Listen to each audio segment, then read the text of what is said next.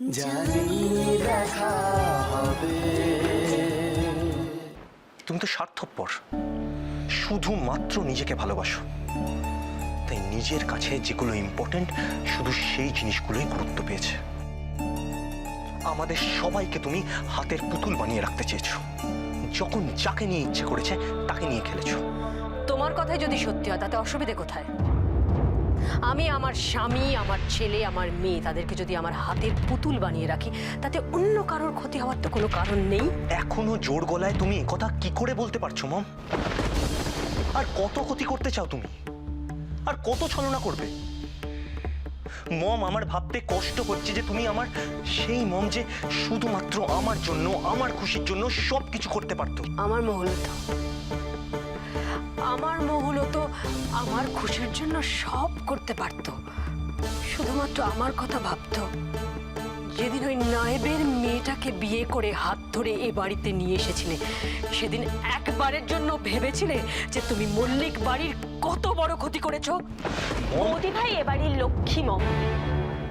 বৌদি ভাই আসাতেই এ বাড়িতে শিব শম্ভু ফিরে এসেছে, এ বাড়িতে কুলদেবতার পুজো শুরু হয়েছে। আর বৌদি ভাই তো পেরেছে এ বাড়ি থেকে সমস্ত অমঙ্গল দূর করতে। তৃতীয়া, আমাকে এই সমস্ত কথা কেন শোনাচ্ছ? তোমরা সবাই খুব ভালো করে জানো যে আমি এই সমস্ত ভগবান পুজো এগুলোতে বিশ্বাস করি না। আমার কোনো ইন্টারেস্ট নেই। ইন্টারেস্ট না থাকলেও তোমায় শুনতে হবে মম। ভিনি এ বাড়িতে আসার পর থেকে এ বাড়ির ভালো ছাড়া কোনো মন্দ করেনি, তাহলে কেন এত রাগ তোমার ওর উপর? আমাদের ঠাকুমা এত বছর ধরে চিলেকোঠার ঘরে বন্দি বুড়ি দিদা মুক্তি পেয়েছে, এ বাড়িতে আবার বসন্ত উৎসব শুরু হয়েছে। সবাই সবাই নিজেকে খুশির রঙে রাঙিয়ে তুলেছে।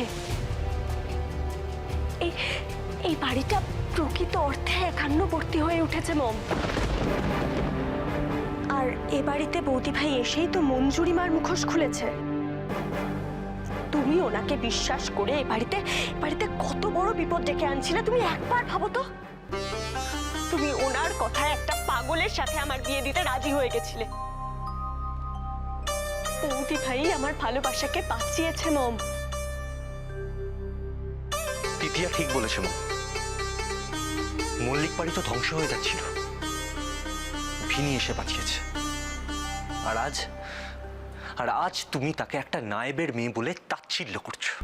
তুমি একটা কথা খুব ভালো করে শুনে রাখো মম, যতক্ষণ না বৌদি ভাই আর বুড়ি দিদার কোনো খোঁজ পাওয়া যাচ্ছে ততক্ষণ এই বাড়িতে কোনো পার্টি হবে না। সেই ডিসিশনটা কি তোমার একার হবে? শুধু আমার নয়।